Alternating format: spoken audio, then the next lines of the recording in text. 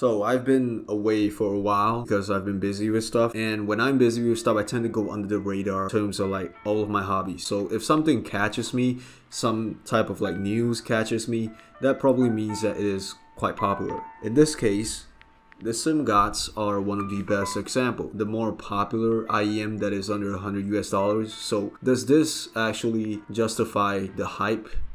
Can we say it's hype? Can we say that it's just popular because it is as good as they say? Let's talk about it.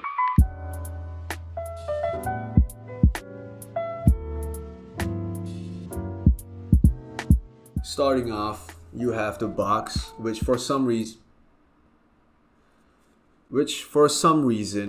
takes quite some skills, either that or if you have fingernails to, pry it open, because it's only one-sided. But anyways, this is the outer box, quite nice of a design, and you have 2 frequency responses, which we will talk about later. This is the inner box, and once you open it up, you will be greeted with the head shell. Underneath here, you will get the case, which is quite a very nice, I would say, faux leather case. There's also one more thing, which is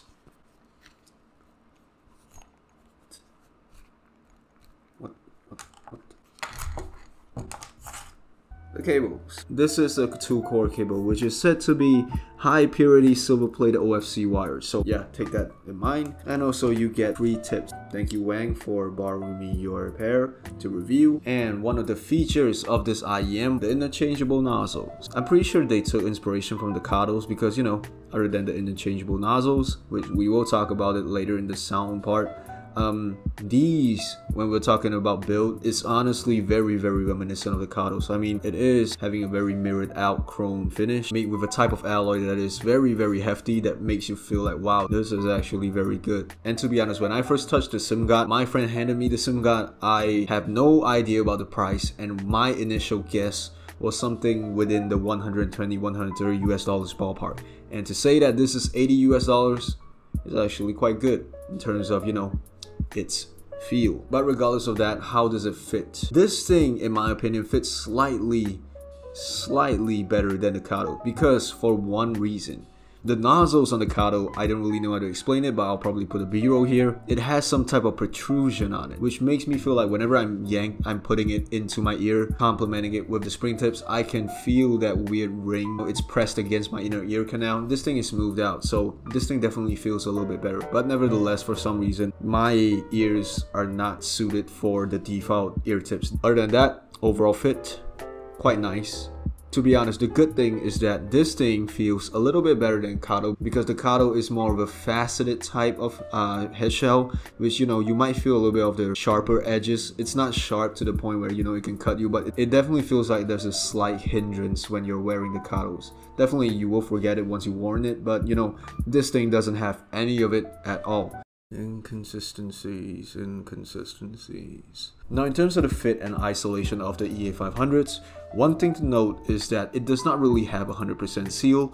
Not to say that it is that bad, but you will feel like it's not really sealed up to the point where, if you have a perfectly sealed IEM, you have that type of underwater type of sound when you're talking. This thing you still can hear the environment around you, even though I have changed it to more suited tips for me, which is the CP145s. It still has that problem. Mainly, I think it's due to the venting system, but even though I did say problem just now, it should not be a deal breaker for you whether you want to buy the EA500s or not. But what you should consider is definitely, of course, the sound. Now, in terms of the sound, it is definitely more of a neutral type of IEM with very mid-centric properties, especially in the mids to the upper mids. I did mention that this thing has interchangeable nozzles like the Kato, and the difference between this and the Kato is that the Kato has one more thing up its sleeve, which is different types of materials.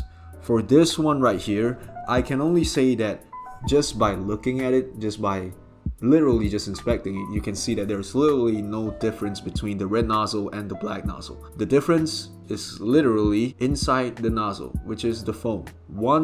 The red one has some sort of foam in it, which is most likely to dampen the highs because it sounds a little bit more tamed down for the highs as compared to the black O-ring nozzle, which doesn't really have anything if you actually look into it. But again, I did say this is a very neutral IEM with mid-centric properties, especially in the mids and upper mids. I will only be testing this out with the red nozzle. But with all that being said, I think the conclusion for me is that red nozzles are more acceptable. Black nozzles are if you actually want something to sparkle, if you actually want something to really be over the edge, because for me the black nozzles actually sound a little bit too much sibilant. Despite me saying this, changing the nozzles doesn't really have that big of an effect throughout the frequency response, so keep that in mind. I will only be reviewing this pair of IEMs with the red nozzles, and this is the source that I use. Bass for me, this is definitely, again, like I mentioned, it's on the neutral side, so it's very lean. You could say that it's balanced in some way because it is very even throughout the mids going down to the lower mids. Sub bass, even though you see that the graph has a sort of a roll off, it is definitely more present than what you see on the graph. It has very good rumble, I will say that. The lower mid bass to the mid bass is a little bit on the neutral side, maybe a little bit too dry for certain people. Kick drums for some reason will sound a little bit more roughed out on the edges. The best analogy that I can give you is probably like if you hear some samples from the 90s boom baps, those type of kick drums. It has that grittiness to it, it has that coarseness to it.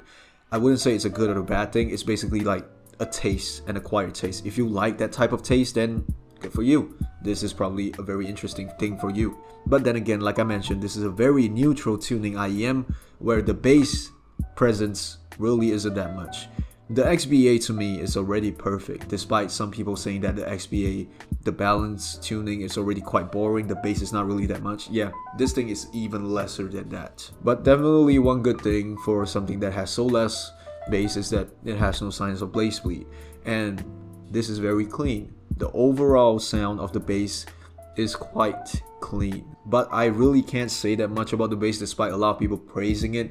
Me personally, this is a little bit too less. Going on to the mids, like I mentioned, this is definitely a more mid-centric IEM, but in terms of how it performs, this is where it gets a little bit more interesting.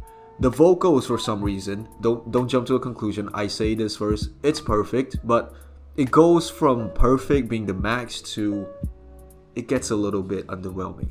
What I say by that is more so to the dynamics and the tuning of this pair of IEM, where instruments are literally on this layer. Either the vocals are in front, literally side by side with the instruments, or it gets a little bit recessed back. That's how I perceive vocals. And again, I'm a vocal whore, so I will be emphasizing this a little bit. Male and female vocals, overall, decent tonality, I would say, but I would say it has a type of coarseness to it.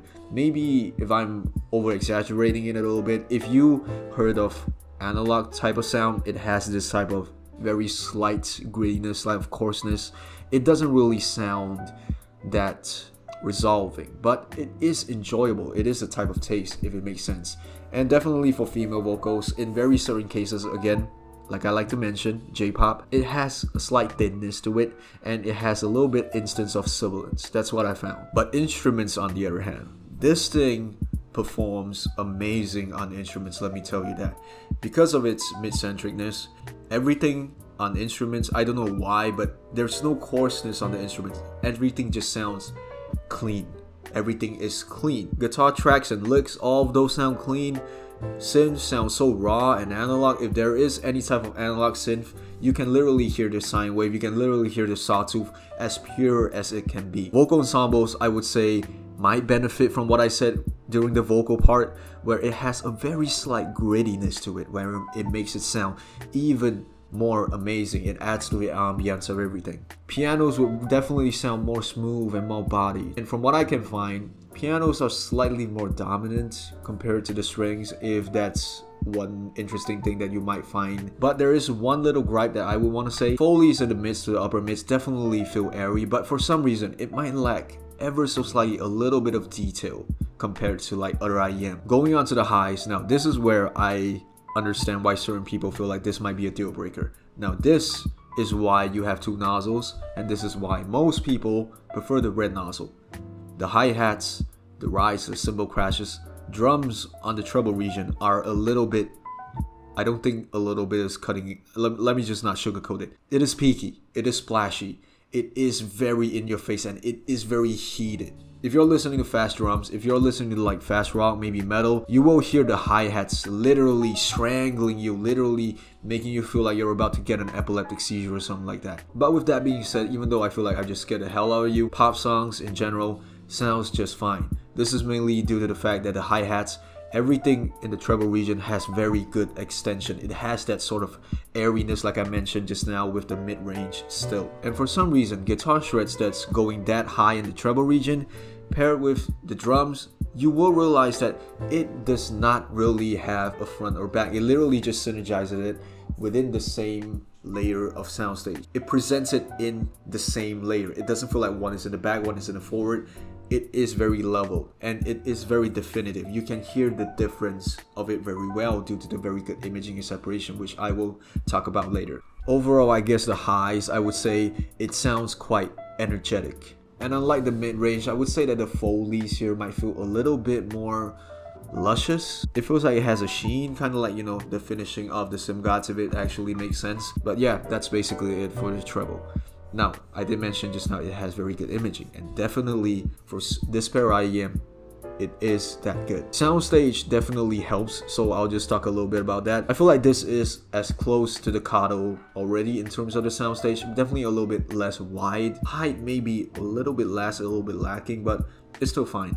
For me, this price, it is definitely better than the Arias because I remember the Arias being very narrow for me. This is good. For the price, exact price like the Arias, it is good. Imaging and separation, I think personally I've never heard of something that is this objectively distinctive. It makes everything very distinctive from one place to the other, even if things get too much, even though in certain cases where I like to really stress test this thing, even though if it gets congested, you can still hear every single thing being imaged out in its respective locations. It is that good. You can hear every single border in between every single element of the track. Imaging and separation definitely is a very good prowess from this IEM. Detail retrieval, in my opinion, definitely is still good, but then again, I cannot get over the fact that this thing has very splashy treble. I do not like it in certain cases where once you are enjoying your song, suddenly things get heaty, then you forget the fact that there's detail. There's just hi-hats and hi-hats and hi-hats and maybe a cymbal crash and hi-hats and hi-hats and hi-hats. You get what I mean. But again, with all that being said, I mainly listen more to something Tony Anderson, FKJ, Tom Misch, these three. It sounds perfect. And with all that being said, my final thoughts on this is that is this worth it for the price? Definitely is. But if it is worth it for everyone, it depends on your taste, to be honest. This is not your standard V-shape IEM. This is something that has a slight deviation from the normal type of tuning. So me personally, if you like hip-hop, if you like rap, definitely get it. If you like soul, if you like funk, it depends on your preference. Me personally, I quite enjoy it. If you're listening to anything that's fast rock, metal, or you have anything that has blazing hi-hats, I would say steer away from it, I guess. But that is it for this video. Thank you for watching, and I'm tired.